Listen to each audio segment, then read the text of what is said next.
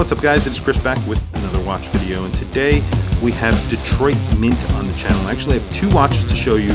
They are Bullhead chronographs. They are homages to a Citizen Bullhead chronograph from the 1970s.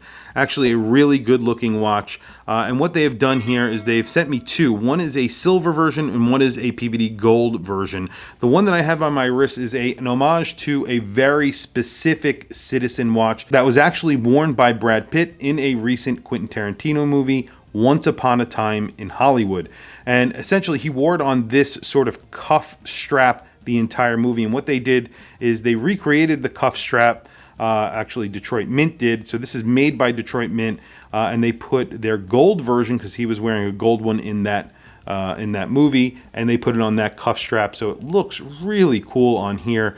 Just a really cool looking watch, and I think it works really well. Very good execution on this homage. It looks very good. And there's a little touches on there that are original to Detroit Mint. So this is the silver version. I just want to show you the packaging that it comes in. So it comes in the traditional packaging that Detroit Mint actually come in. All of their watches are actually assembled in the United States. I don't know if you guys know that, but that is a nice touch, and it does add money to the price. And I believe they're mostly done by the owner of the brand. So inside is signed, it is red, it's like a felt material. You get a spring bar tool that is signed Detroit Mint, you get spring bars, you get of course a watch, and of course you get an extra strap. The extra strap comes with a buckle. It is signed Detroit Mint as well. This is like a racing strap. You have a red stripe on here and white stitching as well. Just a really nice calf leather strap. It is also signed Detroit Mint on the underside. Really nice packaging, especially considering the price. The price on these are pretty damn good, $225, including that packaging, which is really nice. You're getting a watch roll, and that's not that bad when you consider it. Now, this is a chronograph. As I mentioned, it is a quartz chronograph. It is powered by a Miyota quartz movement, and you get this. This is on a bracelet.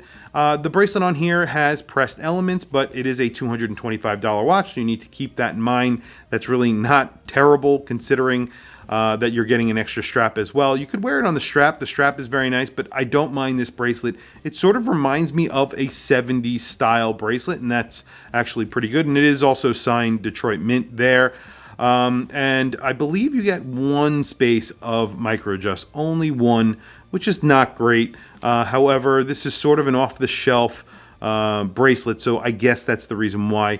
This has polished little lines on the mid links. You either love it or you hate it. They're making this in this circular brushed sort of finish, and then they're also making it in a polished finish, much like the gold version that I have on my wrist. However, in silver, they have a few different colors. So this is the silver with the black subdials, and this is getting red chronograph hands. So all of the chronograph hands are in red. The hour and minutes are actually in a silver tone, so stainless steel. They are lumed, and then you get applied indices. Those are lumed, and then a black minute track. Looks really sharp, and it really looks good on wrist. So I'll show you that in just a second. So Bullhead chronograph, all of the controls are at the top. That's because these are actually called the Mach, M-A-C-H, and it's obviously a car racing watch or an automotive inspired watch. A lot of Detroit Mint watches are automotive inspired, so that makes sense. And the chronograph pushers are at the top because when you're driving and you have gloves on, it's easier to operate the chronograph that way. And then also you get the actual crown there at the top. You get a sapphire crystal on this watch, and the back actually is really cool on this. You get a Mustang on here. I'm not sure they're allowed to actually say it's a Mustang, but I believe it's like a fastback Mustang. Correct me if I'm wrong. I'm probably wrong. But the back is finished really nice. It's like a stamped back, but you have bead blasting. It's like a pebbled bead blast, and then you have circular brushing, and then a polished car on there. It looks really good, actually. Very nicely made. So here's the gold version. Now the gold version is essentially the exact same watch, except it is all polished. You get a chamfered edge. However, that chamfered edge is polished as well, so the entire watch is polished just like the other watch. It is entirely brushed, except for, of course, that little area on the bracelets, as I mentioned. But it's a Bullhead chronograph, looks exactly the same. You get the same black chapter ring, red chronograph hands, black subdials. Lume on here is black lume. I'm not sure how good that will be, or if it's actually lumed or blackened. I will do a lume shot at the end to double check that. And then you have lume on the hands. The cuff is really what makes this watch. It looks a lot like the watch that Brad Pitt wore in the movie, Once Upon a Time in Hollywood. You get a signed Detroit Mint buckle on here, which is also PVD coated in gold. Just a really nice strap. Feels very nice, and it's very well made.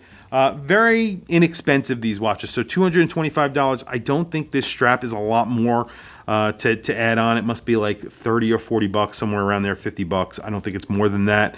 And if you want that, you could add it on. If not, you get the packaging I just showed you. So you do get an extra strap. So if you want that, you can get it. You get the exact same case back on here. It is also the exact same case back as the silver one, and it is stainless steel, not PVD coated gold. And here is the stainless steel version on here.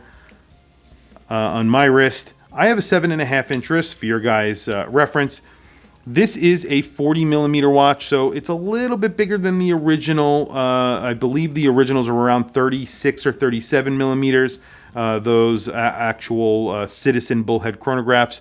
46 millimeter lug to lug, and that's a very true lug to lug. And then about 13 millimeters thick is what I measured.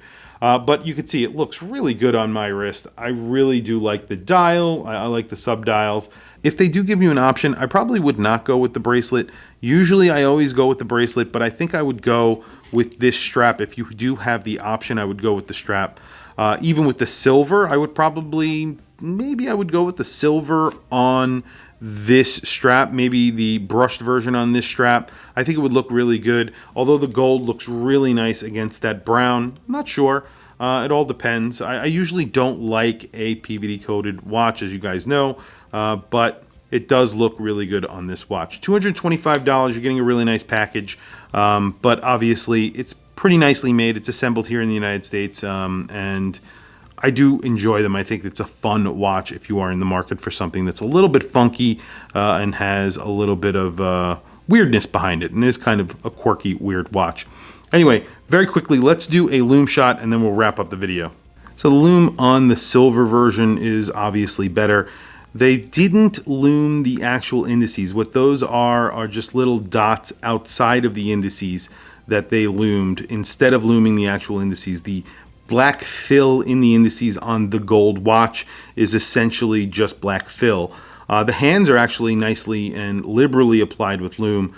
The indices aren't incredibly applied with lume. So the indices are filled with lume on the silver one, and you get those dots as well. So it is brighter than the gold. So if you want lume, definitely go with the silver.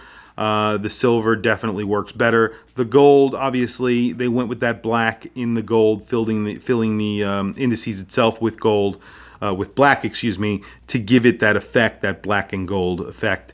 And it does work. It looks really good. However, you're lacking in lume then. But you can see it's not terrible, and $225, not a lot of money when considering what you're getting. You're getting a pretty cool chronograph with a lot of style, a lot of 70s funkiness to it, and you're getting pretty good packaging as well. I definitely would get the extra strap, the bun strap or cuff strap, whatever you want to call it. I think it looks really cool. But tell me what you guys think in the comments below. $225 I think is a good price, but tell me what you guys think in the comments below. Please don't forget to like and subscribe. Hit that bell icon. It is super helpful for the channel. I very much appreciate it. Please follow me on Instagram. My Instagram is WatchChrisBlog. I have some links in the description. Those links are to Amazon. If you click those links and buy anything, it helps support the channel. It doesn't cost you anything extra. However, I very much appreciate it. Anyway, thank you for logging on. I'll catch you guys in